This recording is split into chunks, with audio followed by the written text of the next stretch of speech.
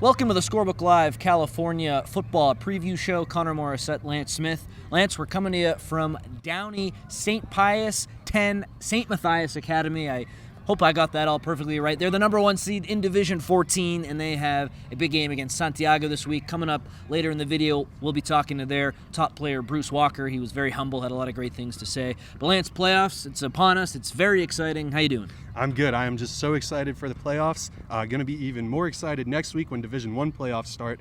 But there's a great slate of games this week, a lot of evenly matched games that we're going to talk about, and I think there might be some upsets on the horizon.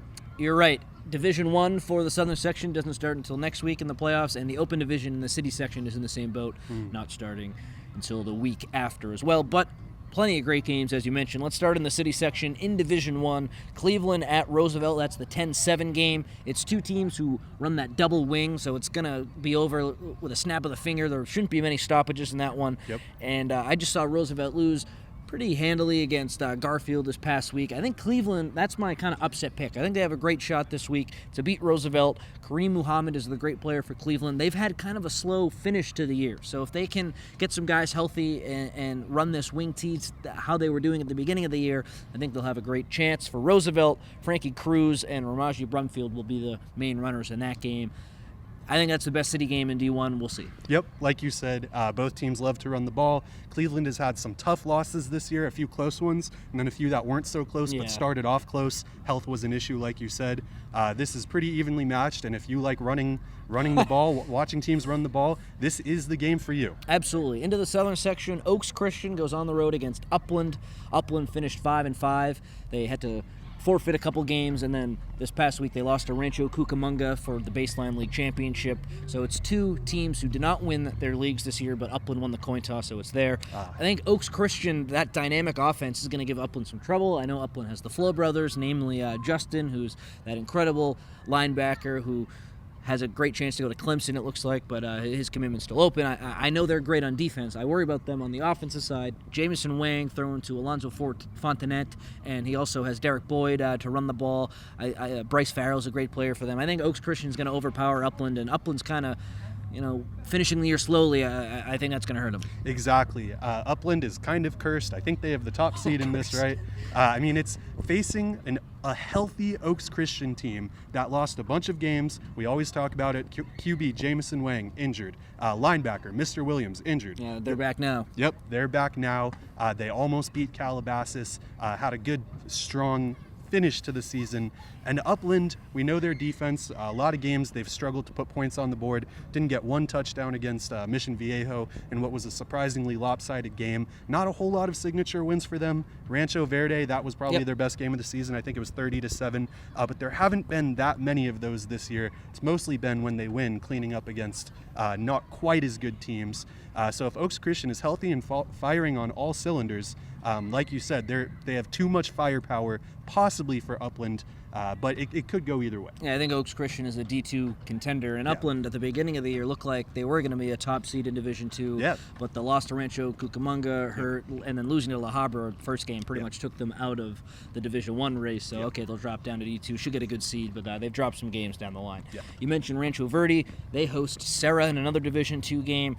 I think that's a really interesting one. So Serra's defense, that's what needs to happen for them. They need to stop that Rancho Verde offense led by A.J. Duffy, that fantastic sophomore quarterback who's seen his recruitment blow up this year. They put a lot of points on the board. They hung 63, I believe, on Norco.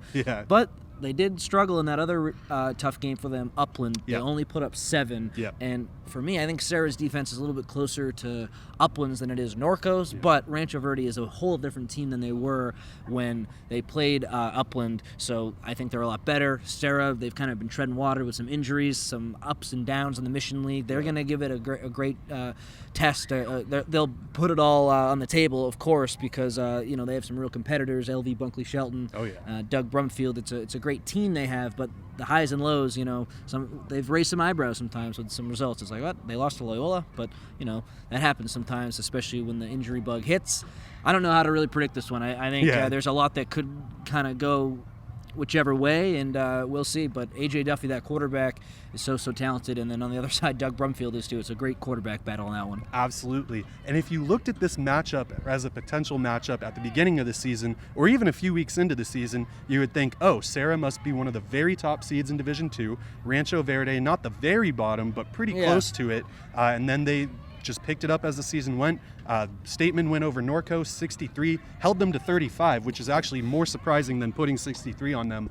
Both teams play so fast and have a lot of offensive weapons. You look at Serra, I mean, during the preseason when they were healthy, arguably the Mission League favorites coming into it, and then Doug Brumfield goes down. Malik Murphy goes down. A few other guys, a big linebacker or lineman whose name I'm forgetting goes down. So now we kind of have that healthy Serra team that almost beat Narbonne and had 4 other great wins in the preseason. They are from the bottom of the bracket, or I think the 10th seed, an absolute wild card, totally could win it all, but could also get knocked out in the first round. So it's kind of which Serra which Serra are we going to get? If they hadn't lost that last game of the season with Brumfield back, I would say that they would be the heavy favorites, but it was kind of disappointing to see them lose once Brumfield was back. So, this is a wild card game, and if Serra wins in a strong showing, I think that makes them one of the top candidates to possibly win Division II outright. I agree. I think both teams have shots to win if they can put everything together. Another great game, Chaminade at Norco. Chaminade, they've had an up-and-down season as well. I think Ed Croson, I mentioned him in my top coaches list. He's done a great job this year with not as much talent as maybe he's used to having in the past.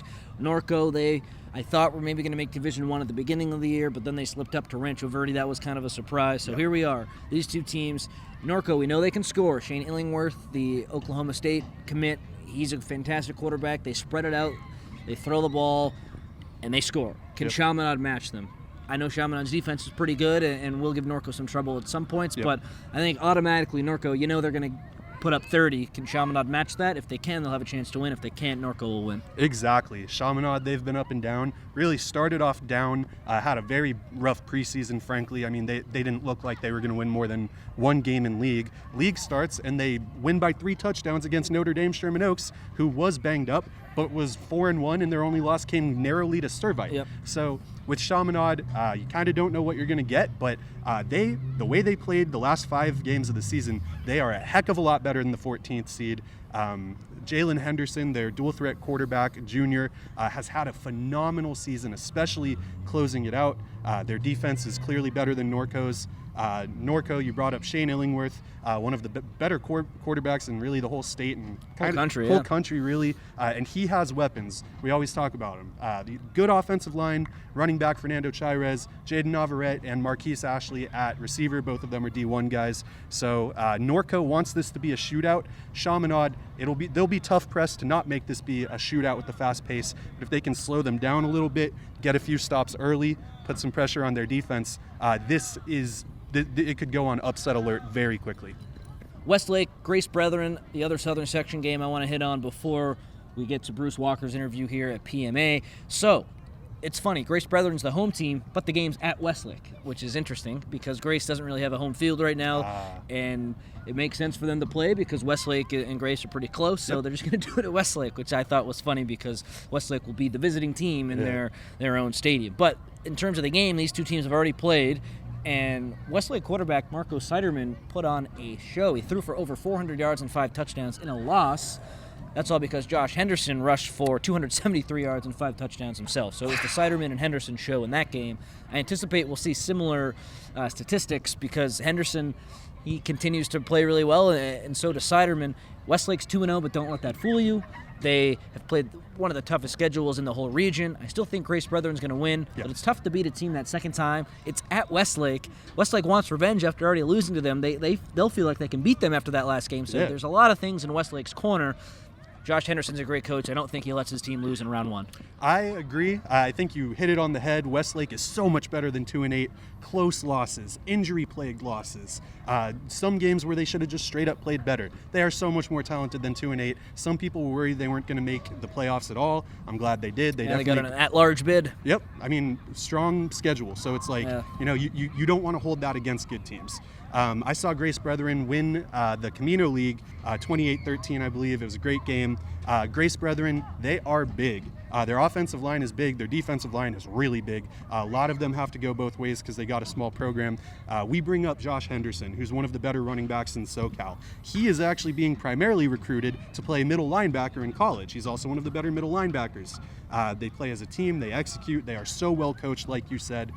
They will almost certainly bring their A game. The question is, will Westlake turn on their A+ game? If they do, they can make it a game for sure, just with the firepower they have, especially on offense, and that chip on their shoulder from, a lot of things being in their corner. A lot of things went wrong this season that they didn't anticipate. So, it's definitely a potential upset. Definitely one of the most exciting games to watch. Grace Brethren does have to be considered the heavy favorite, though. Like we mentioned off the top, we're here at PMA with undefeated senior captain Bruce Walker. Bruce, you're having a great year. You guys are the number 1 seed in Division 14. Santiago awaits. The program, it's relatively new, but you guys are making a big statement. Can you just discuss this season and your expectations heading into the playoffs? This season's been crazy. We've had all type of adversity coming in, and then it's just been a new season, so we got our new field. We got to play on it for firsthand. And then pretty much coming in the playoffs, we really just want to stay level-headed and stay humble, knowing that we're the number 1 seed and we have a chip on our shoulder. So really just not make it a big deal, but just do what we've been doing this season. So Coach D told me basically what you said, which is that you guys like to take it day by day, week by week. How long have you guys known that you're going to face Santiago from Garden Grove? How much have you gotten a chance so far to watch film on them? We've had a chance to watch film since Sunday morning, knowing that Coach Butler is always on top of the film and always posting it very fast. So we've had a pretty good, nice amount of watching our film. And Bruce, you do a little bit of everything. You're known mainly, I'd say, as a great player, as a linebacker / defensive back kind of hybrid, but you also catch a lot of passes. You're even the long snapper. You're doing a little bit of everything. Yeah. Is that kind of the motto this year? You got to do what puts you in the best position to win? Well, yes, pretty much. Wherever my team needs me, I really just want to be a good helping hand wherever they need me, even at long snapper, kicker, anything they need me at, really. And what do you like best? Defensive back. Okay. Yeah. Okay. So you guys are 9-0 with only 25 or 26 guys, one of the smallest varsity rosters probably in the whole southern section. And luckily you guys have been able to stay pretty healthy this year. But once it's week 7, week 8, kind of guys start getting banged up. How do you guys manage to keep competing and winning games at the end of the season with less depth in terms of the sheer number of players than other schools that you guys go against? Really just keeping our underclassmen as our freshmen and sophomores, just keeping them ready and just going against them day by day and making them better and preparing them mentally and physically to just step in if needed. Bruce, the number 1 seed, you're going to have the target on your back. Everyone's going to be coming for you. How do you respond knowing that you're going to be favored pretty much in every game the rest of the way? Really just to tune it out, really, just to know that every opponent in the playoffs is a top, high-quality opponent, so not to take anybody light. That does it for me. All right, great. Bruce, thank you so much. PMA is a big game here against Santiago coming up on Friday. We really appreciate your time. Thank you for having me.